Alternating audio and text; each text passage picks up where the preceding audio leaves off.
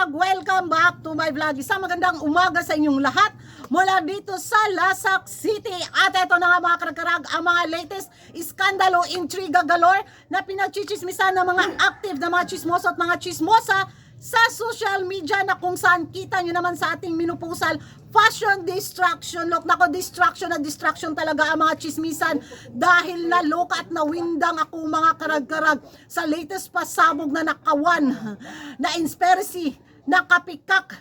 So kahapon na vlog ko yung tungkol nga sa naging pa-evening gown preliminary ni Winwin Marquez, na kung saan very inspired kapikak daw mula sa kay Kitot bitaw sa kanyang Miss Cosmod winning gown competition. So ngayong araw naman to mga karag-karag, kalat na naman yung mga parisibo eksena galore kay Iliana, kay Sinaluan Laguna, na ninakaw yung design sa kanyang preliminary interview mula sa designer ng Vietnam. So grabe yung ngayon, yung bash bitaw, na kung saan bakit daw yung mga designer ng Pilipinas pagdating sa beauty pageant is nangungupya o nagdakaw lang daw ng mga design mula sa mga designer sa Vietnam, mula sa mga designer sa Indonesia. Ano na daw ang nangyayari sa creativity ng mga Pinoy?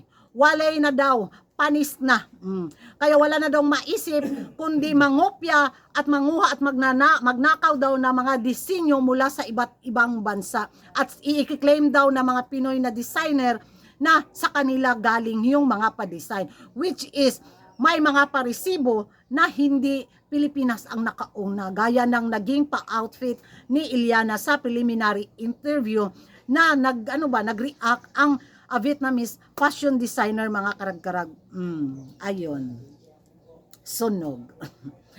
Wala tayong magawa kasi may paresibo talaga na sila yung sa kanila galing yung pa-design na yon. Ang ending nito, kawawa si Iliana, di ba?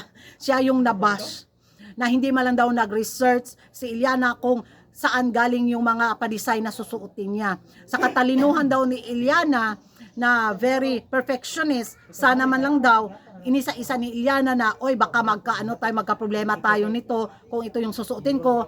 Tayo ba yung sa inyo ba talaga itong galing, or nag-inspire lang tayo ng mga ibang design sa ibang designer?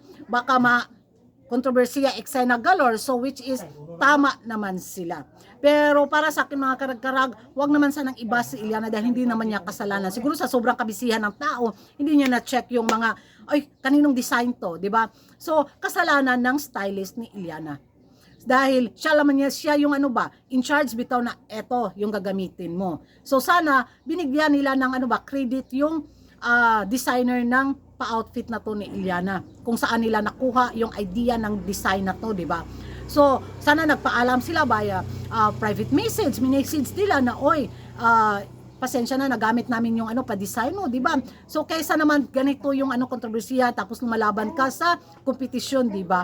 So ano na lang daw yung mangyayari kung si Iliana yung ipadala sa Miss Cosmo at naging pambato ng Vietnam sa Miss Cosmo 2025. So magkaroon na daw ng mancha yung magiging journey ni Iliana na nagnakaw ng design para manalo sa isa national pageant sa Pilipinas. So ay naku, naluka ako mga karag-karag. Sana nang hiram na lang talaga sila ng minupusal pa outfit ni Kuragan. Wala silang magiging hanas. So kakaiba yung mga minupusal fashion outfit ni Kuragan. Di solve sila sana, di ba? Pero yun nga, kalat na kalat sa social media mga karag-karag, at pinagpepestahan tayo ng ating mga kapitbahay.